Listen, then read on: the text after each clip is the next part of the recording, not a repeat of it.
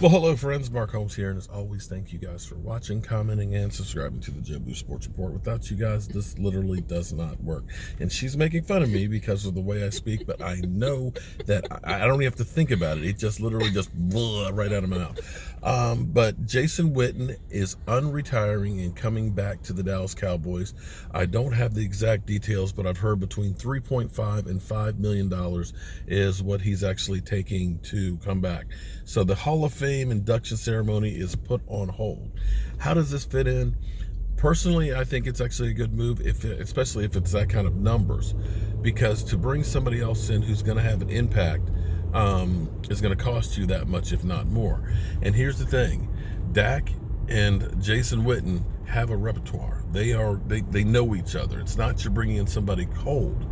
And as far as getting down the field, to me, the thing that I've always said that was missing was the security blanket. You guys have heard me saying that over and over and over again, because to me, Dak seems like when the play was breaking down and he's holding on to the ball too long, he's been looking for a guy to dump it off to, a la Jason Witten or Jay Novacek back for Troy Aikman, and hence the term security blanket.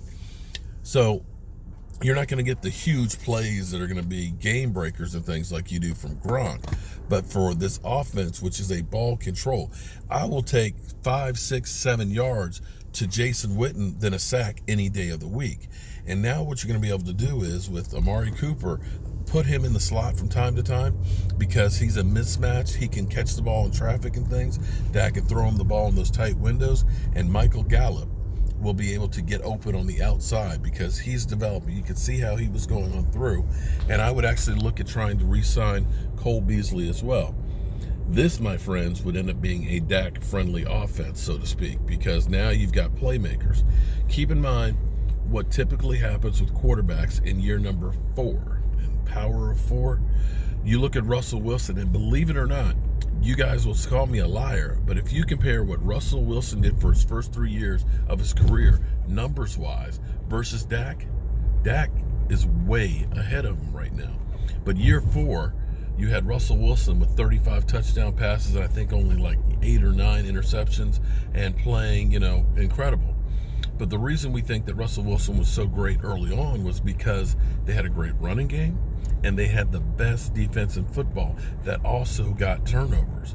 Now, later in his career, they don't have that defense. They don't get as many turnovers. Russell Wilson's numbers are so much better because they have to be better, because the way the offense has had to evolve to score more points, because the defense wasn't having those struggle games, so to speak. So for me, I like the move because I know Witten will catch the ball when it's thrown his way, and I know Dak can get it to him when the play starts breaking down. So it'll be interesting to see if we get Cole Beasley to come back in the mix. And this also, too, means that's one less place we got to focus on in the draft for this year without having that number 1 pick. We know we need help on the defensive line. We definitely do, losing Randy Gregory to, of course, suspension. We still needed the big nasty in the middle as well. If we get signed Earl Thomas, the draft starts becoming more of drafting the best player available, and that's the position you want to be, as opposed to drafting for need, especially the second round. You don't know who's going to drop in the draft, and maybe end up being able to get a really great guy that will make an impact, as opposed to saying, I got to draft a defensive lineman or I've got to draft a safety. You don't know how the draft will swing. So I'm actually thinking it's a good thing. And at that price tag, it's not a big risk. Anything to add? Me? Mm-hmm. Go Cowboys. There you go. Go Cowboys. All right. So when we get back, or when I get back to the man cave and stuff, I got a lot of wood that's sitting out in the front porch I got to work on and stuff. But I'll digest this some more, and we will definitely be talking about this. Like I told you, remember what I told you guys?